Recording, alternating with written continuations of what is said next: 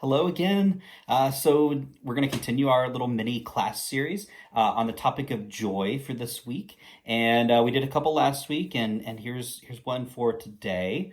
We're going to be looking in Romans chapter 4, verses 6 through 8, and I'm just kind of all over the place with joy. I'm picking up on verses or passages that really speak to me about what joy is, about where it comes from, what generates it, why do we have it, that sort of thing.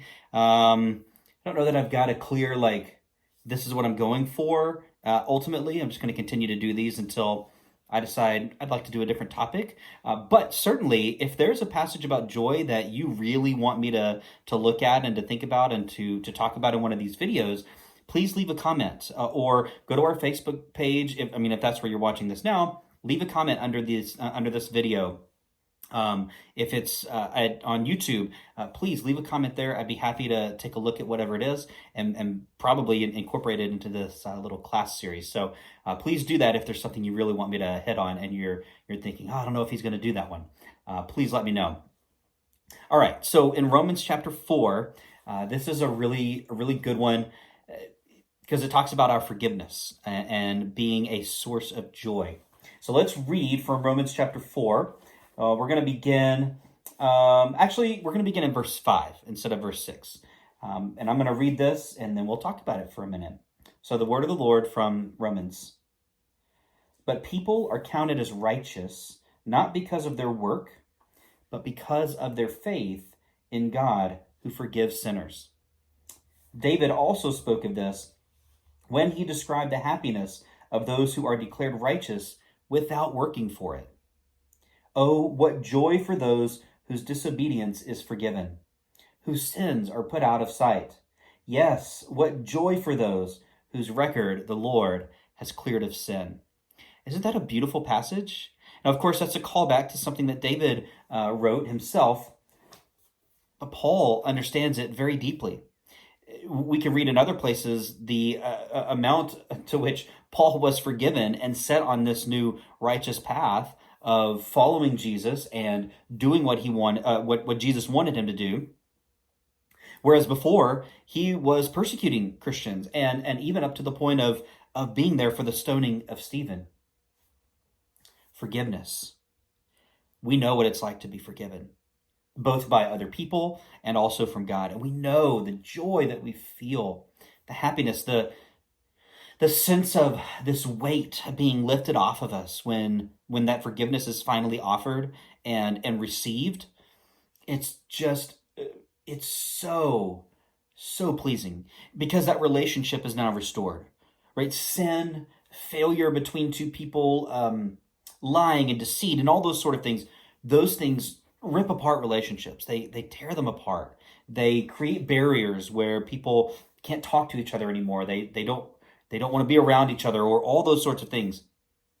Forgiveness repairs that. Now, not magically, right? It's not 100% perfect now that forgiveness has been given necessarily, right? Every situation is different and those things have to be worked out over time and based on the people who are involved and all that sort of thing.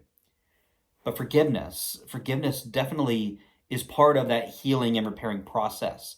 And it can bring such joy whenever you know, okay, this person has forgiven me.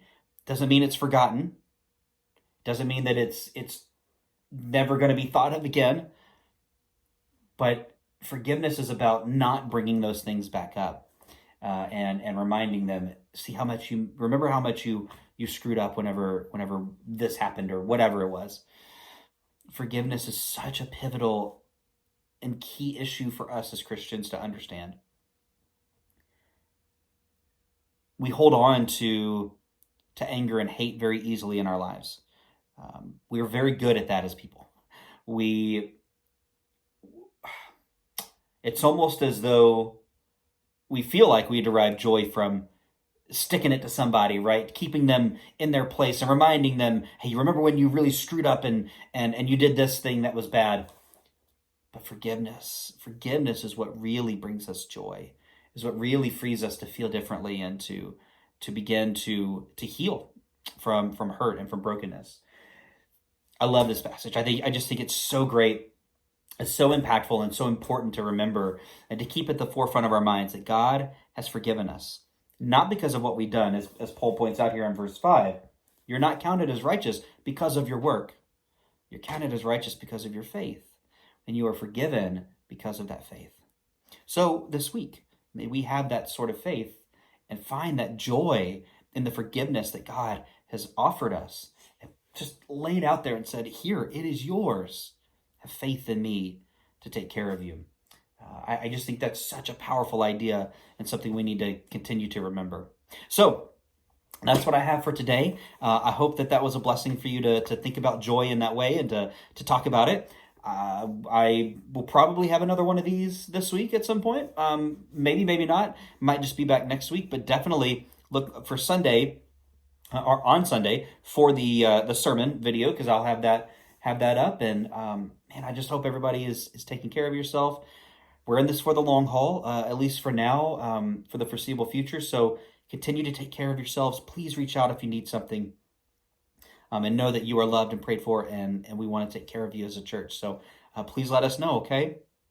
Everybody take care, and hopefully we'll see each other very soon. And I'll be back with another video at some point in the near future. Take care, and I will see you again very soon.